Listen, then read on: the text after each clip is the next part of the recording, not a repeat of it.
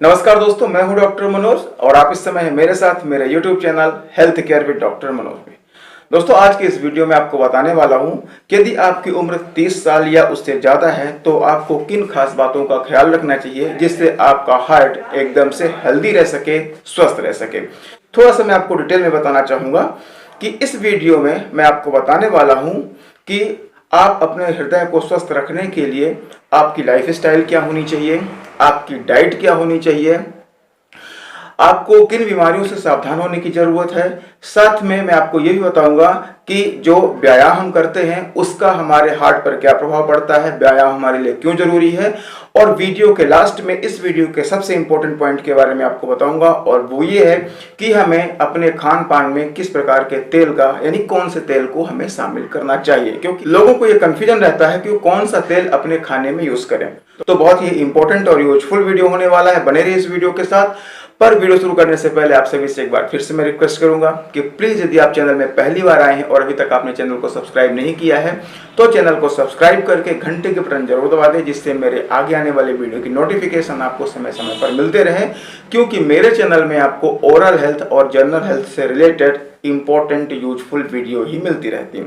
साथ में आप सभी से एक रिक्वेस्ट और करूंगा कि यदि आपने वीडियो पूरा देखा, वीडियो आपको अच्छा लगा, अच्छी जानकारी मिली तो इसे प्लीज लाइक करके जरूर जाएं, दोस्तों के बीच में, अपने फैमिली के बीच में शेयर करें, जिससे महत्वपूर्ण जानकारी अन्य लोगों तक पहुंचे। और आपका यदि कोई भी डाउट हो, कोई भी क्वेश्चन हो तो मुझे आप कमेंट करिए। मैं हर संडे रात 8 बजे कमेंट बॉक्स के रूप में एक नया वीडियो लेके आता हूं जिसमें आप लोगों के द्वारा पूछे गए सवाल का मैं आंसर करता हूं।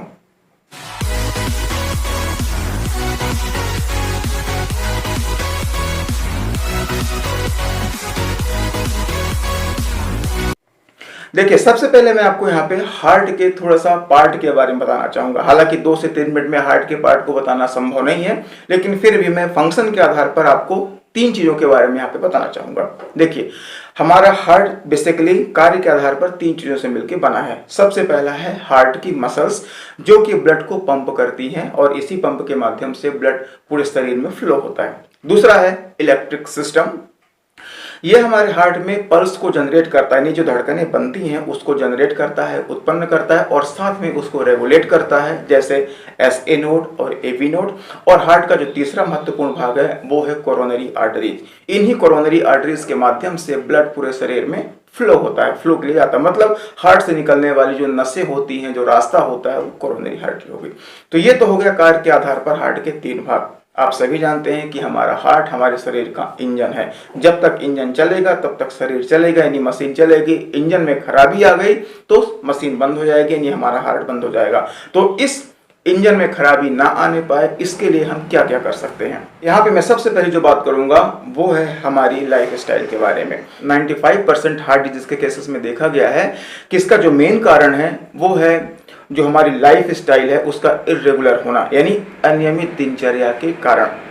अब सवाल ये उठता है कि ये अनियमित दिनचर्या के कारण ऐसा क्या होता है। देखिए, जब हमारी लाइफ स्टाइल अनियमित होती है, हमारी दिनचर्या अनियमित होती है तो हमें अनावश्यक दबाव को झेलना पड़ता है।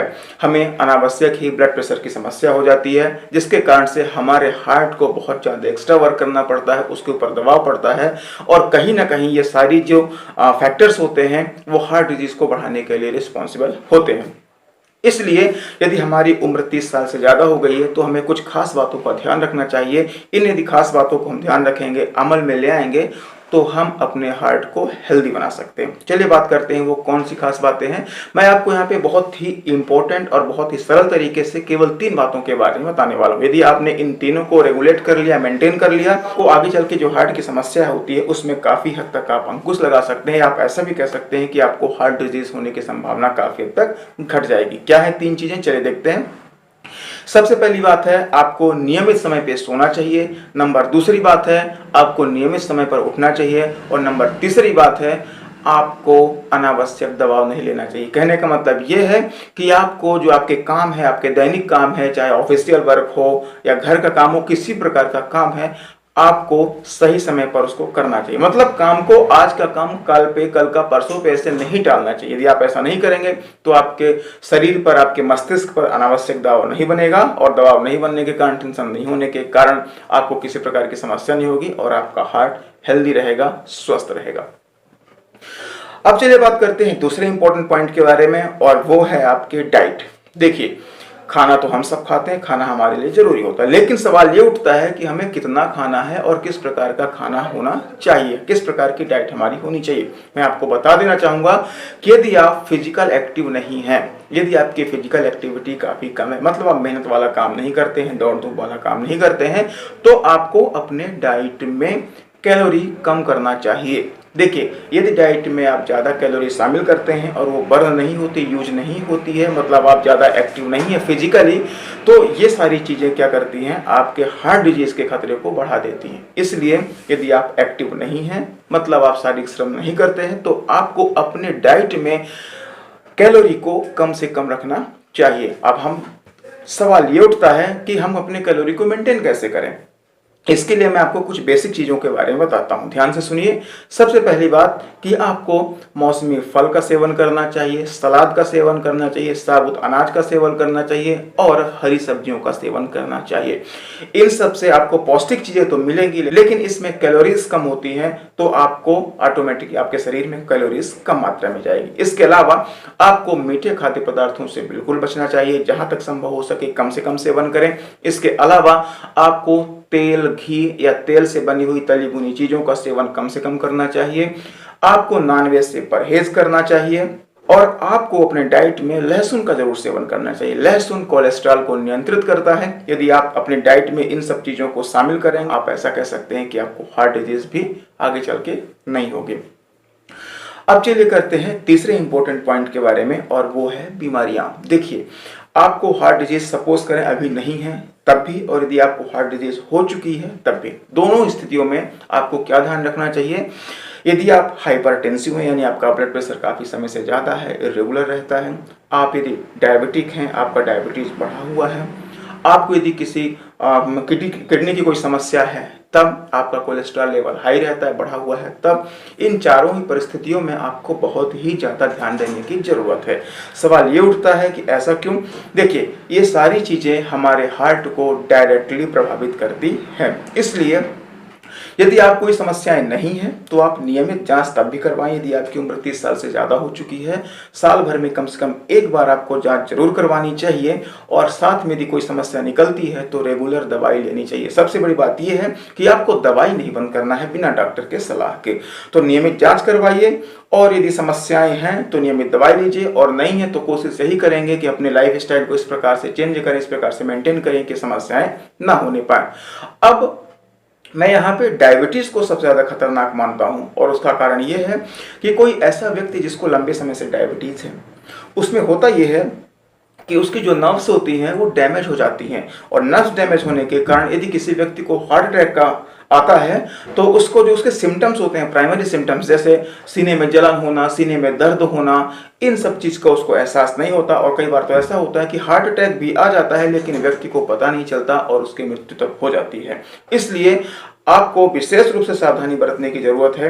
यदि आपको डायबिटीज है, यदि आपका हाइपर टेंशन आपको है, यदि आपको किसी किडनी से संबंधित कोई बीमारी है, यदि आपका कोलेस्ट्रॉल बढ़ा हुआ है, तो प्लीज लापरवाही बिल्कुल ना करें। समय समय पर इनकी जांच करवाते रहें, समय समय पर दवाइयों का सेवन करते रहें, और फिर से मैं एक बार रिपीट करूंगा कि दवाइयों को अपने मन से तो बिल्कुल भी ना बंद करें। अब चलिए चौथे पॉइंट पे आते हैं, और वो है व्यायाम का हमारे हार्ट से क्या रिलेशन है। होता ये है कि मैक्सिमम केसेस में देखा गया, मैक्सिमम लोग भी ऐसे होते हैं जो व्यायाम नहीं करते, और उनका ये कारण रहता है कि टाइम नहीं मिल पाता। ठीक है, आज की बिजी लाइफ है, शहरीकरण इतना ज़्यादा हो चुका है कि हर व्यक्ति को थोड़ा सा समय का अभाव है, लेकिन मैं आपसे ये कहना चाहता हूँ कि वो व्यक्ति जो व्यायाम करता है उसके लिए भी 24 घंटे का ही समय होता है, और आपके लिए भी 24 घंटे का समय होता है। तो 24 घंटे में अधिक नहीं तो आधे घंटे का समय तो कम से कम अपने लिए निकालिए। आधे घंटे यदि आप नियमित व्यायाम करेंगे तो आपको न केवल हार्ट डिजीज बल्कि दूसरी जो समस्याएं होती हैं शारीरिक और मानसिक, आप उनसे भी बच सकते हैं। अब सवाल ये आता है कि व्यायाम करने से होता क्या है। देखिए, जब आप नियमित व्यायाम करते हैं तो आपके शरीर में ऑक्सीजन की सप्लाई ज़्यादा होती है, आपका हार्ट बीट बढ़ जाता है, ज़्यादा पंप करता है। इससे होता ये है कि जो हमारी हार्ट की नसें होती हैं उसमें कोलेस्ट्रॉल नहीं जमता, मतलब जो जिनमें खून दौड़ता है, फ्लो होता है, उसमें कोलेस्ट्रॉल का जमाव नहीं होता और कोलेस्ट्रॉल नहीं जमने के कारण हम बहुत सारी हार्ट की समस्याओं से बच जाते हैं। इसलिए आपको नियमित 45 मिनट्स का हल्का व्यायाम जरूर करना चाहिए। आपको नियमित 30 मिनट्स वॉक पे जरूर जाना चाहिए। ये सब तो करना ही चाहिए, लेकिन आपको मैं कुछ सावधानियों के बारे में बताना चाहता हूँ। जैसे यदि आप हार्ट के पेशेंट हैं या नहीं भी हैं, तब भी आपको क्या है कि खाना खाने के तुरंत बाद वॉक पे नहीं जाना चाहिए। यदि आप खाना खाने के तुरंत बाद वॉक पे जाते हैं तो इससे होता क्या है कि हार्ट पर अनावश्यक दबाव बढ़ता है। इसलिए खाना खाने की थोड़ी देर बाद आप रेस्ट करें, उसके बाद फिर वॉक पे जाएं। सेकंड बात कि आपको बहुत हैवी एक्सरसाइज नहीं करनी है, खासकर तब जब आप हार्ट पेशेंट हो। तब आपको ऐसी एक्सरसाइज करनी है जिसमें आप कंफर्ट रहें, आपको कोई तकलीफ ना हो और आपका व्यायाम भी हो जाए। और तीसरी और सबसे इंपॉर्टेंट बात यह है कि यदि आप हार्ट पेशेंट हैं तो प्लीज़ अर्ली मॉर्निंग, खासकर ठंड में तो बिल्कुल भी घूमने ना जाएं। आपको थोड़ा सा मौसम का इंतजार करना चाहिए, धूप आ जाने दीजिए, वातावरण थोड़ा सा गर्म हो जाए, उसके बाद आप मॉर्निंग वॉक पे जा सकते हैं। अब वीडियो के लास्ट में सबसे इंपॉर्टेंट पॉइंट पे मैं चर्चा करूंगा और वो है खान पान में हम किस प्रकार के तेल का, कौन से तेल का इस्तेमाल करें। यदि हमें कोई समस्या नहीं है तब भी बहुत ज़्यादा मात्रा में तैलीय खाद्य पदार्थों का हमें इस्तेमाल नहीं करना चाहिए, बहुत ज़्यादा तली भुनी चीज़ों का इस्तेमाल नहीं करना चाहिए। और यदि हम हार्ट पेशेंट हैं तब तो हमें विशेष रूप से ध्यान रखना चाहिए। देखिए, यदि आप हार्ट पेशेंट हैं तो कोशिश तो यही करें कि आप तेल, घी, तली भुनी चीज़ों को जहाँ तक संभव हो सके आप ना लें या फिर कम से कम लेने की कोशिश करें। ये आपके लिए सबसे बेस्ट है। फिर भी यदि आपको खाने में तेल को लेना ही है तो मैं समझता हूँ सरसों का तेल, जैतून का तेल और मूंगफली का तेल बेस्ट होता है। आप बहुत ही कम मात्रा में इनका प्रयोग कर सकते हैं, लेकिन एक बार आपको डॉक्टर की सलाह जरूर लेनी चाहिए।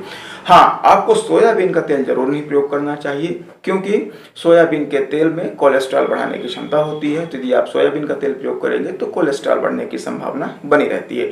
और साथ में तेलों से संबंधित जो सबसे महत्वपूर्ण बात है वो ये कि एक बार फ्राई किया हुआ तेल, मतलब इस्तेमाल में आया हुआ तेल, आप दोबारा इस्तेमाल बिल्कुल ना करें। अक्सर देखा गया है कि एक बार कोई चीज़ उसमें तल लेते हैं हम लोग, भून लेते हैं, जो उसका तेल बचता है तो उसका दोबारा इस्तेमाल करते हैं। ऐसा बिल्कुल भी नहीं करना चाहिए। होता क्या है कि जब एक बार तले भुने तेल को, यानी फ्राई किए हुए तेल को जब हम दोबारा गर्म करते हैं तो उसमें ट्रांसफैट बढ़ जाता है और ये ट्रांसफैट हमारे हार्ट के लिए बिल्कुल भी अच्छा नहीं होता। इसके कारण से हार्ट डिजीज का खतरा बढ़ जाता है। तो आपको इन चीज़ों पे विशेष ध्यान देने की ज़रूरत है। आप अपने हार्ट को हेल्दी रख सकते हैं, कोई बहुत बड़ी बात नहीं है, लेकिन फिर भी मैं आपको बताना चाहूँगा यदि आपको कोई भी तकलीफ है तो एक बार अपने डॉक्टर से ज़रूर सलाह लें। इस वीडियो को मैं ही रोकता हूँ, बहुत जल्दी मिलता हूँ अपने नेक्स्ट वीडियो में। तब तक के लिए सब स्वस्थ रहें, सब निरोगी रहें। जय हिंद, जय भारत।